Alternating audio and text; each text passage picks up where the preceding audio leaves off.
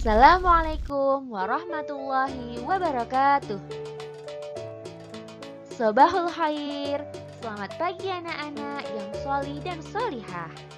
Alhamdulillah, berjumpa lagi kita di pembelajaran Pendidikan Agama Islam dan Budi Pekerti kelas 8. Hari ini kita akan melanjutkan materi minggu lalu, bab meyakini kitab-kitab Allah mencintai Al-Quran.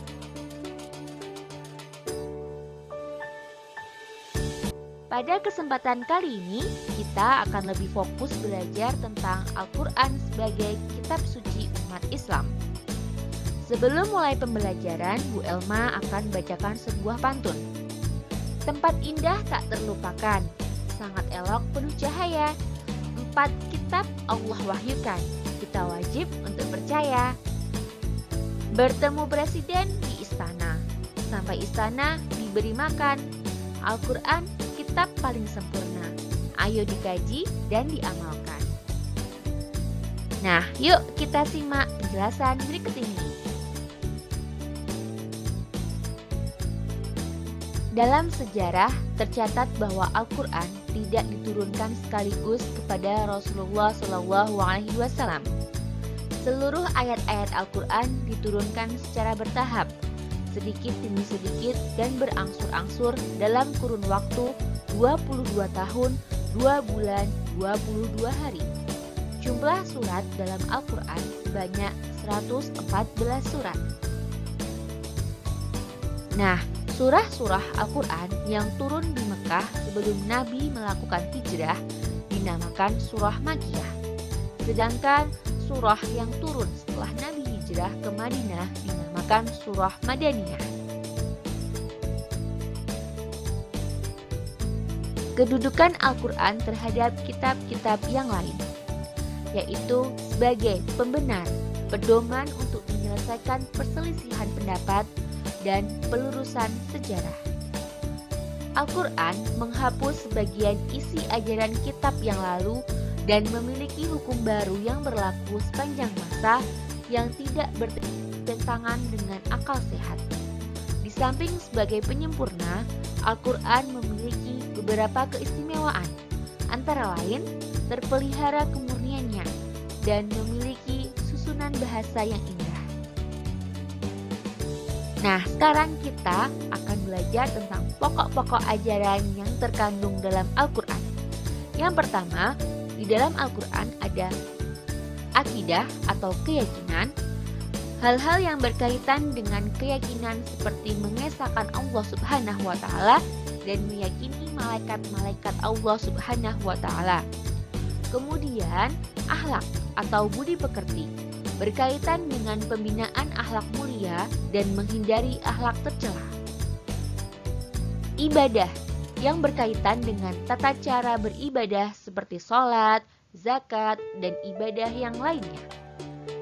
Lalu, muamalah berkaitan dengan tata cara berhubungan kepada sesama manusia. Dan yang terakhir, tarikh atau sejarah, kisah orang-orang dan umat terdahulu. Nah, kali ini kita akan belajar tentang pengertian suhuf dan kitab. Apa itu sih suhuf? Suhuf adalah wahyu Allah Subhanahu wa Ta'ala yang disampaikan kepada para rasul, tetapi masih berupa lembaran-lembaran yang terpisah. Sedangkan kitab yaitu wahyu Allah Subhanahu wa Ta'ala yang disampaikan kepada para rasul sudah berbentuk buku atau kitab. Nah, isi suhuf sangat simpel, sedangkan isi kitab lebih lengkap jika dibandingkan dengan isi suhuf.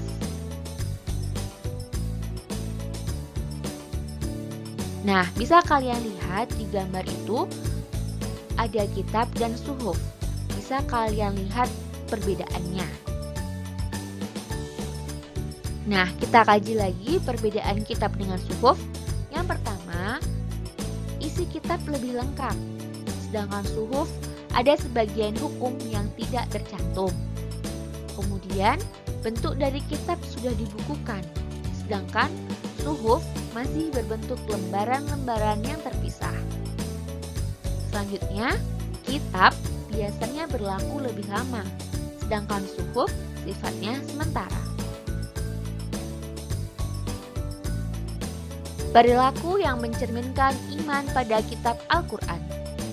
Orang yang beriman kepada Al-Quran akan melakukan hal-hal berikut.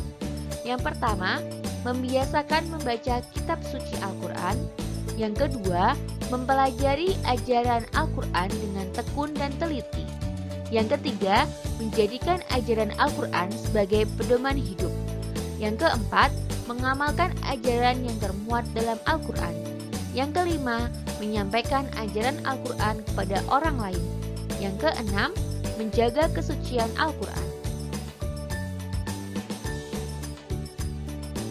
Hikmah beriman kepada kitab Allah Subhanahu wa Ta'ala. Yang pertama, memberikan petunjuk kepada manusia mana yang benar dan mana yang salah. Yang kedua, mensyukuri segala anugerah dan nikmat Allah Subhanahu wa Ta'ala, termasuk pemberian petunjuk yang benar melalui kitab-kitabnya. Yang ketiga, pedoman agar manusia tidak berselisih dalam menentukan kebenaran. Yang keempat, memberikan informasi sejarah kehidupan orang-orang terdahulu. Hal ini bisa menjadi pelajaran hidup yang berharga bagi umat manusia saat ini. Selanjutnya, menjadikan hati manusia lebih tentram dan menambah ilmu pengetahuan.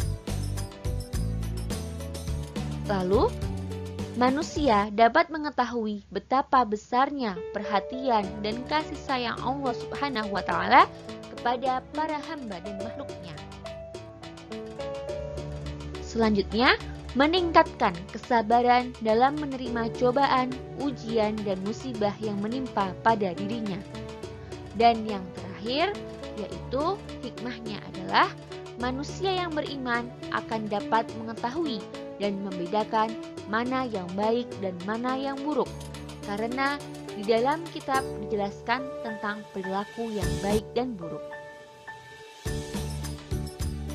Sekian penjelasan dari Bu Elma. Semoga apa yang Bu Elma jelaskan kalian dapat memahaminya. Untuk tugas minggu ini akan Bu Elma share, nanti ada kuis lewat Google Form. Nanti Bu Elma akan share via WA dan Google Classroom. Silahkan dikerjakan tepat waktu, jangan ditunda-tunda. Bagi yang kemarin belum mengumpulkan tugas hafalan, mohon segera dikumpulkan. Baik, itu saja yang dapat Bu Elma sampaikan.